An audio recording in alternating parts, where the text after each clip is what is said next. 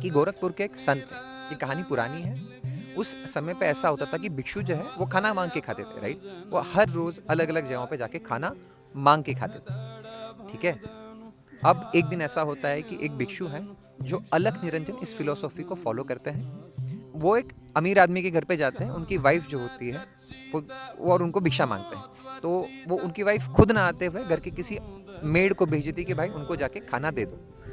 तो भिक्षु लेते हैं, अलख निरंजन बोलते हैं और निकल के चले जाते हैं। दूसरा दिन आता है, जब वो औरत देखती है कि भिक्षु इतने तेजस्वी है और उसकी आंखें इतनी तेजस्वी है, तो उसको अट्रैक्शन हो जाती है टुवर्ड्स भिक्षु। जब अगला दिन आता है, तीसरा दिन, तब वो खुद जाती है भिक्षा देने और बोलती है कि मुझे आपकी आंखें इतनी अट्रैक्टिव लग रही है और मैं इसके मोह में चली गई और मुझे नहीं पता इसके लिए क्या करना है। भिक्षु सिर्फ अलख निरंजन बोल के निकल जाता है। चौथा दिन आता है, वो फिर से आती है, फिर से वही चीज़ बोलती है।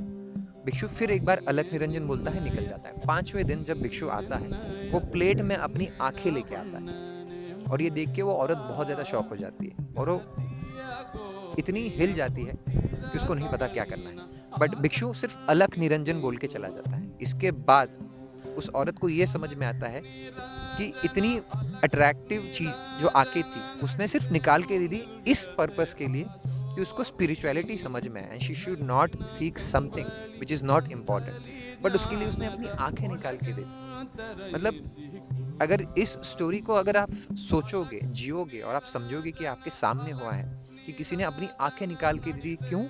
क्योंकि सिर्फ उस इंसान को समझे कि स्पिरिचुअलिटी कितनी इंपॉर्टेंट है और मटेरियलिस्टिक चीज़ें कितनी इंपॉर्टेंट नहीं। This is the type of country we live in.